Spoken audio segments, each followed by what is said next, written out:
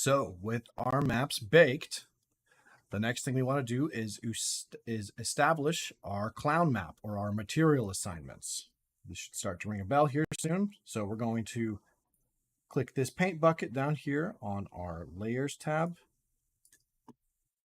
And we're going to press Control G to group this into a new folder. We're going to call this folder Metal.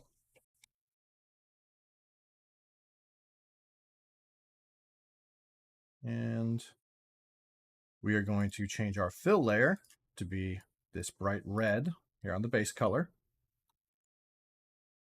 And we will add a black mask to this metal folder to only isolate the metal objects. We're going to right click this and press Add Black Mask.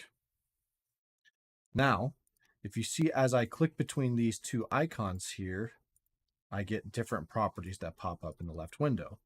We want to make sure that we are left clicked onto this black mask and we see these properties for paint here showing up.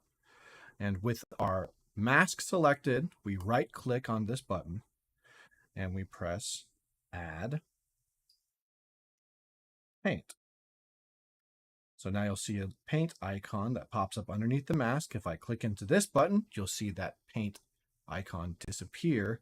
And if I left click back onto that mask icon, you'll see that the paint is showing.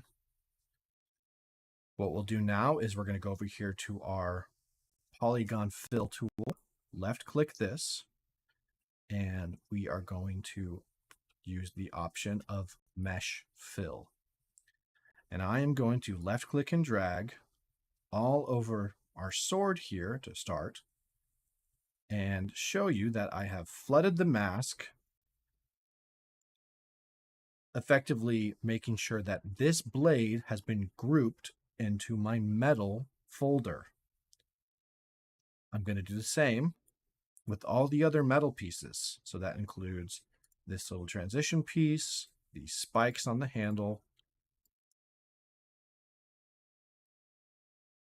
and then you bet it does with the teeth as well. And one more piece, that little pommel strike right there. Now, if I press 1, I see that all of my metal parts have been retified and are under my metal folder. We're going to do another very simple step, and this is Control D. I made another folder named Metal 1, and I'm going to rename this Leather. We're going to change our blue, this color to blue. And you'll see that this is now blue because we duplicated the metal folder, moved it up above the original metal folder, changed the color to blue, but it still contains all the same materials. So what I need to do now is click on this black mask here, and then just change this by right-clicking and adding a black mask. So we flood the mask with black. And next step is right-click, add paint, and then we go back to our flood tool or our content fill tool, polygon fill tool. And then now our goal is to use our polygon fill and left click and grab all of the objects that are purple. And what you're going to see as I go and drag this, oh, I selected the pommel ring. I don't want that to be metal. It's totally okay. See here on our properties of our polygon fill tool, we are filling everything at a value of 1. So we're flooding it with a on value or a white value. And what we can do is simply drag this all the way down to 0 and then flood it with a 0 value. So now we have all of the objects that are metal coded as red, and now all of the objects that are leather coded as blue. And with that set up, we'll start doing our gradient maps.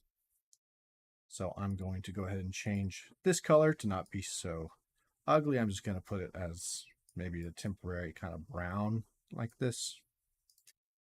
And then we'll change our red color to be just a gray like this. I'm going to give this a Control S save.